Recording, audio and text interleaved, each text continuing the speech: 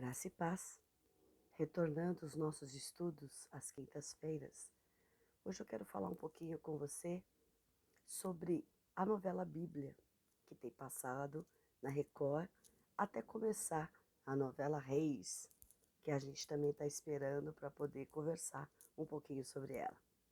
E a história Bíblia tem mostrado então sobre Moisés, sobre a questão da sua infância, da sua preparação como egípcio e até o seu ministério. É um momento muito especial que a gente vai encontrar essa história em Êxodo. E aí a gente percebe o quanto Deus, quando tem que fazer algo, ele prepara todo o começo, meio, para que o fim seja de acordo com a sua vontade. E aí você entende, porque você sabe da história de Moisés. Deus cuidou do cestinho, cuidou das parteiras, cuidou da Miriam, cuidou para que esse cestinho fosse parar na casa da filha do faraó. E ele foi preparado, foi educado como um egípcio, conheceu vários deuses, né? E dentro do coração de Moisés, ele talvez não soubesse, mas quando ele acaba descobrindo que ele não é egípcio, ele é judeu, algo dentro dele se move de uma forma diferente. Talvez tudo aquilo que ele ouviu, que ele aprendeu sobre os vários deuses, caia por terra, completamente. E ele começa a se preocupar com o sofrimento dos judeus. Os egípcios eram cruéis com os judeus. E aí ele começa então a entender, talvez por que ele se incomoda tanto em ver os judeus sofrendo do jeito que sofrem. E aí ele tinha duas opções. Eu vou permanecer egípcio, eu não tenho nada com isso. Eu fui criado aqui, Deus me colocou aqui, eu vou ficar aqui, me salvou e acabou. E ser judeu, né? Jogar tudo fora que ele tinha e ser judeu. E ele então decide deixar, abandonar tudo que ele aprendeu sobre os egípcios, a viver, e começou a viver como judeu, fortalecendo essa história na vida dele. Então ele vai buscar, ele vai atrás, ele conhece, ele quer saber, ele vai conhecer, até viver como escravo, ele vai entender os irmãos, a mãe e tudo mais. E aí é interessante que quando ele desiste de ser egípcio, ele comete um assassinato, ele mata lá um dos soldados egípcios, e aí ele vai ser perseguido e tudo mais. E aí, talvez ele tenha achado que a história dele poderia acabar no deserto, simplesmente perseguido pelos egípcios e fugindo a vida inteira, ninguém nunca ia achar ele, e ele ia viver de uma vida tranquila. Não seria egípcio, não seria o judeu escravo, mas seria um foragido, alguém que foi perseguido. E lá nas terras de Midian, depois que ele se casa, que ele conhece a esposa, tem os filhos, Deus tinha algo para a vida dele.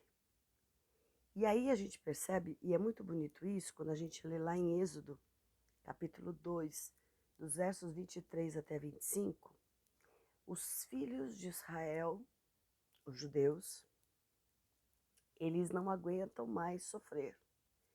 Eles gemem e eles clamam a Deus. Eles reconhecem o seu erro, eles reconhecem que eles estão longe de Deus, que eles não estão cumprindo o que Deus quer para a vida deles, que eles se afastaram de Deus, sim, mas eles clamam para que este sofrimento chegue ao fim, para que o sofrimento acabe. E aí foi sincero o clamor deste povo. Eles se juntaram, eles oraram. E Deus, lá no Êxodo fala, Deus ouviu o clamor deles e atentou, né? Viu a sinceridade do coração e atentou para esse sofrimento. E aí, lá em Midian, longe onde os judeus estavam, no Egito, Deus chama Moisés de uma forma totalmente espetacular. Ele vai atrás de uma ovelhinha e acaba chegando lá no Monte Horebe. E no Monte Horebe ele vê a sarça ardente e Deus fala com ele. Quem é você? Quem és tu? Eu sou o eu sou. Eu sou o único, o eterno, o Deus dos seus pais. E aí Deus então confirma com ele o ministério que ele tinha. E aí nessa hora Moisés fica desesperado até, né, falando com Deus, com o próprio Deus. E ele entende e percebe o quão limitado ele é. Eu sou humano demais. Eu não posso chegar até Faraó. Eu não sei falar, como é que eu vou fazer isso? Ele até esconde o seu rosto, mas o eu sou, aquele que é Deus, ele faz o impossível. E ele pega Moisés e fala: você vai encontrar com seu irmão e juntos vocês vão libertar o meu povo. Quando ele chega para Faraó, ele encontra o irmão, ele fala para o povo: olha, Deus mandou eu vir aqui porque eu vou ajudar vocês. Eu vou libertar o povo. E aí nessa hora então que eles se encontram, que eles vão até Faraó, todas as vezes que eles falam com o Faraó: deixa meu povo ir, Deus está pedindo. O Faraó, reconhecendo que ele era Moisés, um amigo, alguém que caminhou com ele, que cresceu com ele ignora isso e fala: não, eu sou o Horus vivo e eu não vou permitir que isso aconteça. E não vai ser a vontade desse seu Deus que vai me impedir de continuar construindo meu império. E aí a gente percebe que ele foi duro, e o Senhor mesmo coloca isso, endurece o coração do Faraó. E neste período, nesse processo, vem as 10 pragas e todo o poder, enquanto ele vai falando não, não, não, o Senhor vai mostrando que ele é Deus do impossível. E ele vai mostrando todas as pragas, vai deixando que o povo, né, chegue até eles as pragas do Egito, 10 pragas, mostrando que o poder de Deus faz diferença. Uma vez me perguntaram por que que o Velho Testamento tem tanto dessas coisas de mostrar Deus, mostrar Deus. Eu falei assim, é justamente por isso. A ideia do Antigo Testamento é mostrar que Deus é único, é Senhor. Ele escolheu um povo e através desse povo ele vai mostrar para todos os outros que ele é Senhor, que ele é Deus, que ele tem poder, que ele é único. Ele é que pode todas as coisas e ninguém pode ter outro Deus além dele. Ninguém pode escolher outro Deus. E o pedido dele, Faraó, deixa meu povo ir, assim diz o Senhor. E enquanto a praga ia atingindo os egípcios, machucando, ferindo os judeus, aos judeus, nada acontecia. Onde eles estavam, no lugar que eles estavam, nada os atingia. A pele continuava intacta, a água, os animais, a chuva, fogo, nada machucava os judeus, mostrando que o Senhor é Deus. E aí é interessante, Deus livrava de todas as pragas, e interessante a gente perceber que ao final, a impressão que a gente tem é que o próprio Faraó, ele lança a última praga. Eu vou matar, você nunca mais vai me ver, porque eu vou matar todos os seus filhos. Vou matar todo mundo. Ele fala, não fala isso, porque da sua boca está saindo essa última praga. E aí Deus chama Moisés e fala, vai ser instituída agora a primeira Páscoa, eu quero libertar o povo, tem que passar o sangue nos umbrais da porta e todos que estiverem dentro com essa proteção não morrerão. Vem a primeira Páscoa, o sangue que liberta, que livra da morte. Eles vão deixar de ser escravos, porque vai haver uma libertação. E é interessante que está passando esses dias, você pode até assistir, acho que até na segunda-feira vai ser a abertura do Mar Vermelho. E a gente percebe então Moisés como aquele que é o mediador dessa antiga aliança. Libertar o povo, tirar o povo dessa condição de escravo. E a gente lendo lá em Hebreus, Moisés aponta como o próprio Cristo, aquele que vai vir para libertar também lá na frente, né, o homem de todo mal, de todo pecado. A libertação que a gente vê em Moisés é da escravidão humana.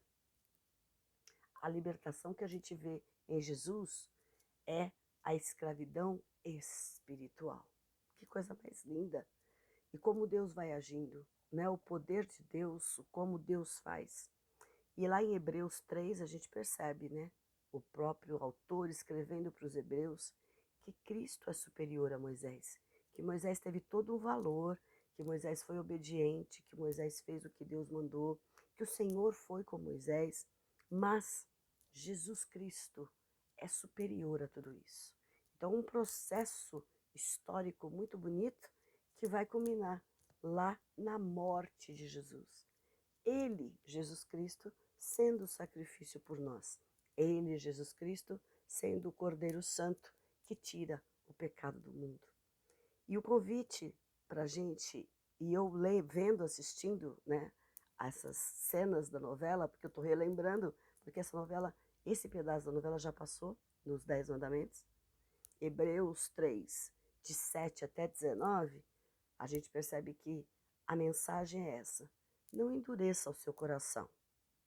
Não fica, porque lá no deserto, enquanto Moisés passava com o povo foi duro, o povo falou, que Deus é esse que tira a gente lá de uma casa boa, de um lugar que a gente podia pelo menos comer, se alimentar, e nos traz aqui para o deserto para a gente morrer, para a gente sofrer? E aí o convite é esse, não endureça o seu coração como o povo fez no deserto.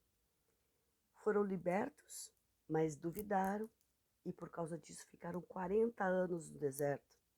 E a incredulidade afasta todo homem, toda mulher de Deus.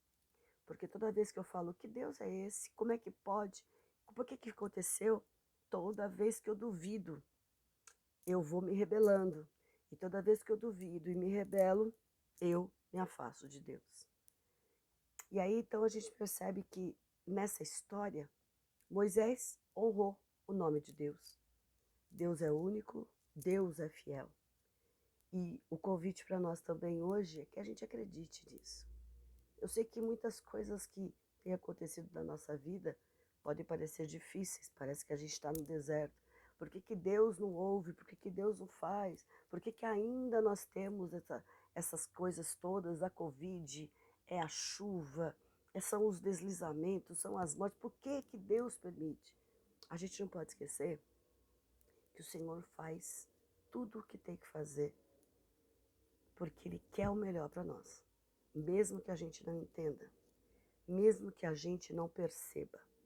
Acreditar que Deus muitas vezes está nos chamando hoje, não para ser Moisés abrindo o Mar Vermelho, libertando o povo da escravidão do Egito, mas para que o povo seja liberto do seu pecado, para que a gente possa conduzir esse povo a acreditar, a ver as maravilhas de Deus, quem de verdade Deus é, o que Ele pode fazer, o que Ele faz.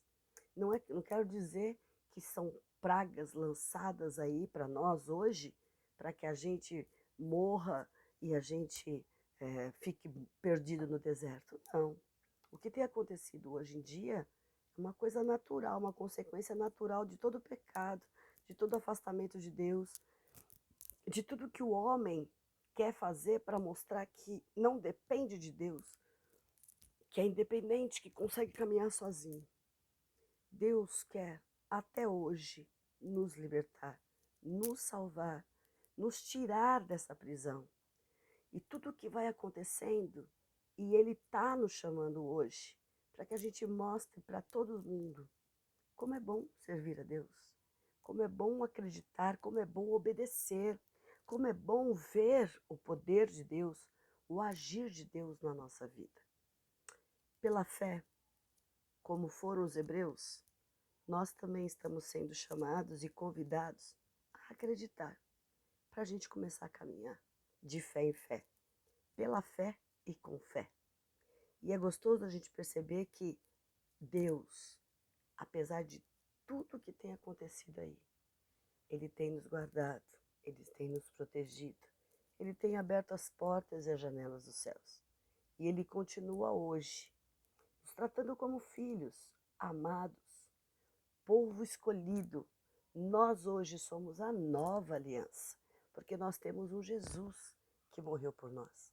Nós temos um Jesus que foi o sacrifício. E por causa desse sacrifício hoje, nós podemos ter vida, vida plena. Por isso o convite é para que você seja profeta, para que você anuncie, para que você tenha a coragem de Moisés muitas vezes, na sua casa, no seu trabalho, onde você estiver, e falar: conheça a palavra, liberta o teu coração. Talvez não deixe o meu povo ir, mas talvez deixa Jesus te amar. Deixa o Espírito Santo entrar no teu coração.